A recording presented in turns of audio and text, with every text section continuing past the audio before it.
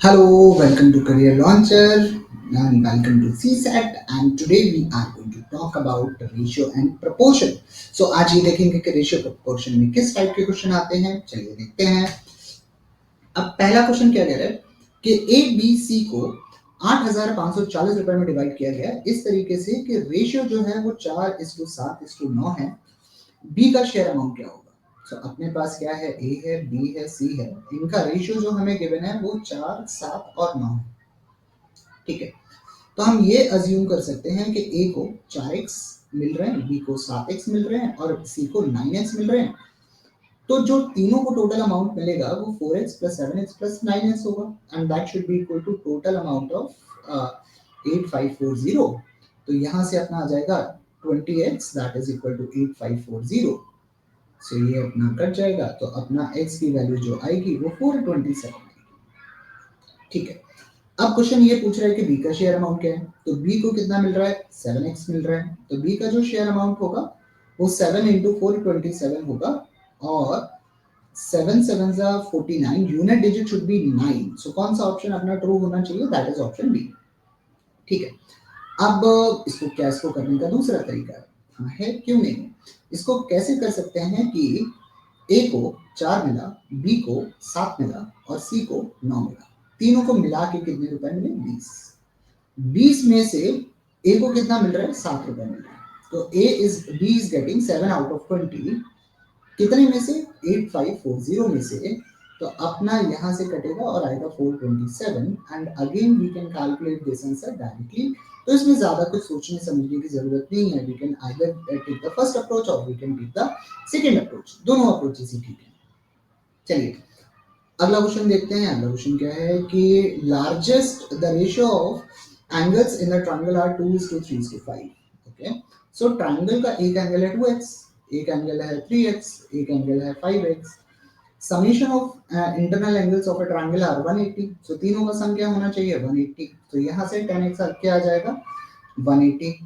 सो अब x की value आ गई 18, 0 0 कट जाएगा अपना। ठीक है, अब क्वेश्चन ये बोल रहा है what is the sum of smallest and largest angle. So smallest is 2, largest is 5। So 2x plus 5x that comes out to be 7x. So 7 into 18 that comes out to be 126, that is option B। अब इसको करने का दूसरा तरीका भी है कि तीन एंगल हैं, 2 है, 3 है और 5 है। तीनों का सम क्या है, 10। 10 में से स्मॉलेस्ट और लार्जेस्ट का सम क्या है, 7। तीनों एंगल्स का सम क्या है, 180। अपना आंसर आ गया। ठीक है, इसको करने का एक और भी तरीका है कि स्मॉलेस्ट और लार्जेस्ट का सम 2:5 है। सो दोनों का जो सम होगा वो 7 का मल्टीपल होना चाहिए। क्या 120 7 का मल्टीपल है, नहीं। क्या 122 7 का मल्टीपल है, नहीं। क्या 144 7 का मल्टीपल है, नहीं। तो पहला दूसरा तीसरा नहीं होगा तो चौथा अपने आप ही ऑप्शन हो जाएगा। सो इस तरीके से भी हम क्वेश्चन को सॉल्व कर सकते हैं। चलिए अगला क्वेश्चन देखते हैं। अगला क्वेश्चन क्या कह रहा है कि रेशियो ऑफ स्पीड जो है कार की और ट्रेन की, उसका जो रेशियो गिवन है, कार है और ट्रेन है। कार का है अपना 15, ट्रेन का है अपना 22। तो कार की जो स्पीड होनी चाहिए वो 15x होनी चाहिए और ट्रेन की स्पीड होनी चाहिए वो 22x होनी चाहिए।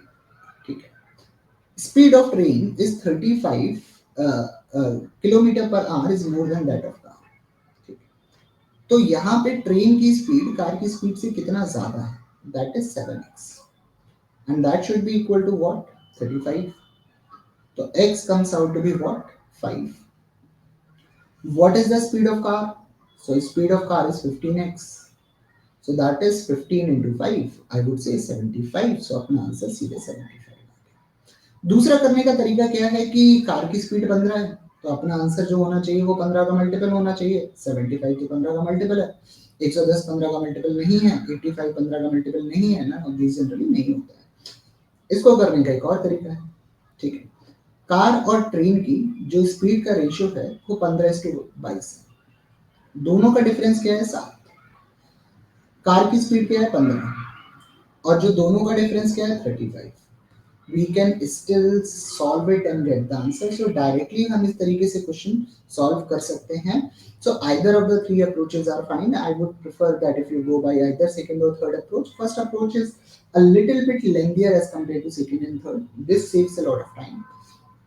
चलिए क्वेश्चन नंबर 4 देखते हैं क्या कह रहा है कि the ratio of present ages of Sita and Gita are 8:9. अपने पास सीता है, गीता है, सीता की एज और गीता की एज का जो रेशियो है वो 8:9. तो सीता की एज 8x मान लेते हैं, गीता की एज 9x मान लेते हैं. दोनों का जो सम है वो इतना है and that is given to us age 68. ठीक है, 17x आ गया अपना 68, तो x की वैल्यू आ गई 4. अब सीता की अगर मैं एज की बात करूं तो सीता की एज 8x है मतलब 32 है, गीता की एज 9x है मतलब 36 है, 9 into 4 36 होगा. ठीक है, 10 साल बाद सीता की एज क्या होगी 42, 10 साल बाद गीता की एज क्या होगी 46. दोनों का रेशियो क्या होगा 21:23.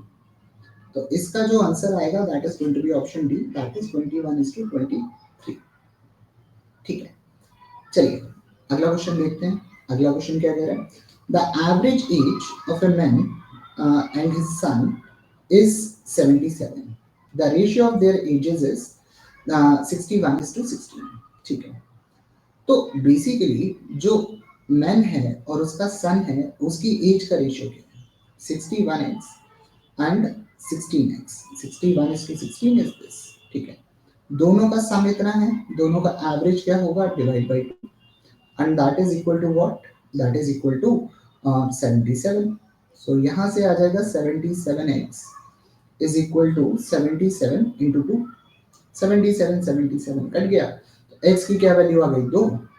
तो आदमी की जो एज है वो 61 into 2 आ गई. ये थोड़ा सा अनएक्सपेक्टेड इस क्वेश्चन में होना नहीं चाहिए. और सन की जो एज आ गई वो 16 into 2 आ गई, दैट इज 32 आ गई. उससे आंसर आ गया option A, that is 32 years. Now इस क्वेश्चन को अगर मुझे डायरेक्टली करना होगा बिना ये सब किए तो मैं इसको आसानी से ऐसे कर सकता हूँ कि सन की एज जो है वो 16 है, राइट. तो मेरा जो आंसर होना चाहिए वो 16 या 16 का मल्टीपल होना चाहिए. कौन सा ऑप्शन 16 का मल्टीपल है, एक ही है, that is 32. So this is how we can get the answer of this question.